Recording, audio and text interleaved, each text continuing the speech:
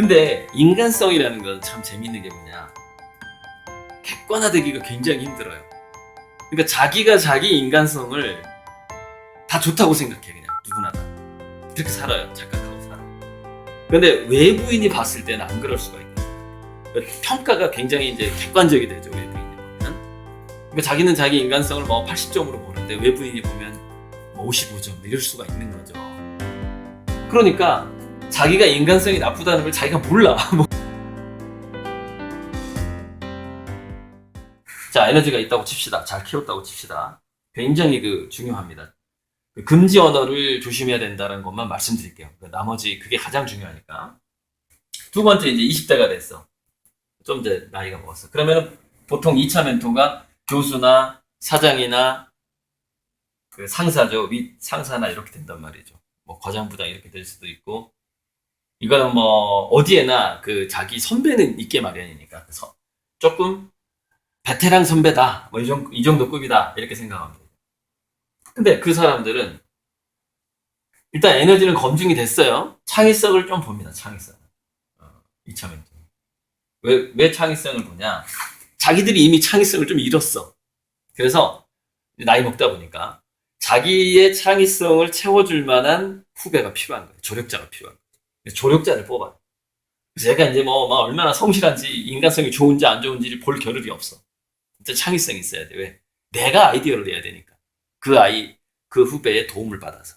그러다 보니까 창의성의 주안점을 두고서 발탁이나 추천을 합니다. 그게 이제 2차 멘토의 역할이죠. 자, 3차 멘토로 넘어가면 어떻게 되느냐. 실행자야. 이제 같이 이제 동업자 개념이죠. 그러다 보니까 동업자 개념에서는 창의성보다는 성실성을 보게 돼요. 마감 시간을 잘 지키느냐, 뭐, 나를 배신형이냐, 아니면 의리가 있느냐, 뭐 이런 걸 이제 보게 되는 거예요, 동업자. 그래서 거기서 3단계에서의 멘토는 누구냐면 어떤 벤처 기금이라든가 자산가 또는 회장이죠. 약간 좀 큰 회사하면은 뭐 사장급이고 뭐 이런 사람들이 이 친구를 승진시킬 것인가 말 것인가, 내가 이 돈을 투자할 것인가 말 것인가 해서 일단 성실성을 본 다음에 에너지와 창의성은 검증이 됐다고 봐야 되는 거예요. 본 다음에 인간성을 살짝 봅니다. 살짝. 이게 3단계 멘토의 단계죠. 근데 이제 4단계 멘토로 넘어가요. 4단계 멘토는 이제 얘가 관리자가 돼야 돼. 그러니까 실행자에서 관리자의 단계로 넘어가야 되는데, 관리자의 단계로 넘어갔을 때는 에너지도 좋고 창의성도 좋고 성실성도 좋아요. 이거 다 검증이 됐으니까 거기까지 올라온 거야. 근데 마지막에 인간성을 반드시 보게 됩니다.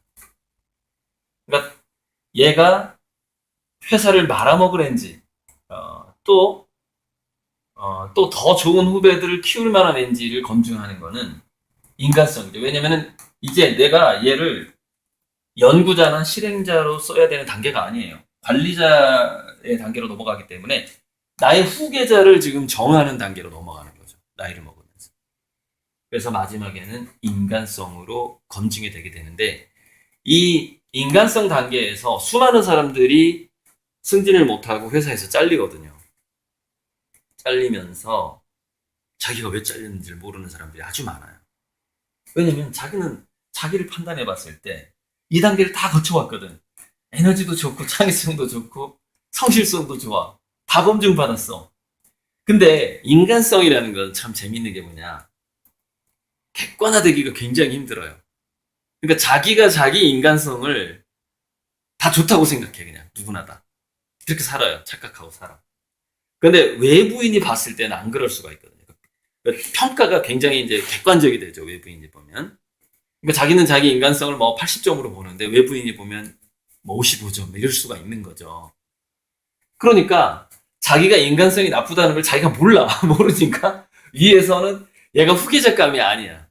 후계자의 후보감으로 올라가면 안 되겠어. 우리 그 집단에서. 그래서 이제 은퇴를 시키죠. 그게 이제 이 4단계 멘토들이 주로 하는 거예요. 그러니까 이거는 그냥 회장이 아니라 굉장히 큰 자산가. 실리콘밸리에서도 굉장히 큰 거부들은 사장들에게 투자할 때 딱 이것만 본답니다. 인간성만 본다. 왜냐면 거기까지 왔을 때는 이게 다 검증이 되니까. 그냥 이것만 보는 겁니다. 인간성만. 거대 부자들의 투자하고 중간 부자의 투자가 이게 방식이 달라요. 중간 부자들은 에너지 창의성 성실성 쪽을 봐요. 근데 거대 부자들은 인간성을 봅니다. 이게 이제 주식 투자로 본다면은 단기 투자와 장기 투자의 어떤 그 차이점이라고 할까요? 가치 투자. 자, 마지막 5차 멘토가 이제 뭐냐면은 초거대 부자야. 이제 엄청나게. 거대한 자산가, 인간성을 보고 후계자를 뽑는 이 자산가들은, 이 멘토들은 왜 인간성을 보죠? 자기 명예, 즉 내가 후계자를 잘못 뽑으면 이 우리 전체 집단의 위기가 오고, 그럼 내가 잘못 뽑았다라는 불명예가 남잖아요.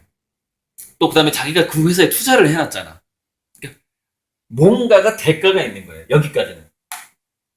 그게 1차 멘토에서 4차 멘토, 그리고 5차 멘토와의 어떤 그 차이점이에요. 대가성이 있기 때문에, 이렇게 검증 단계가, 뭐랄까, 좀 혹독할 수도 있고, 그 다음에 또 경쟁이 이렇게 느껴지는 그런 단계이기 때문에, 여기까지는.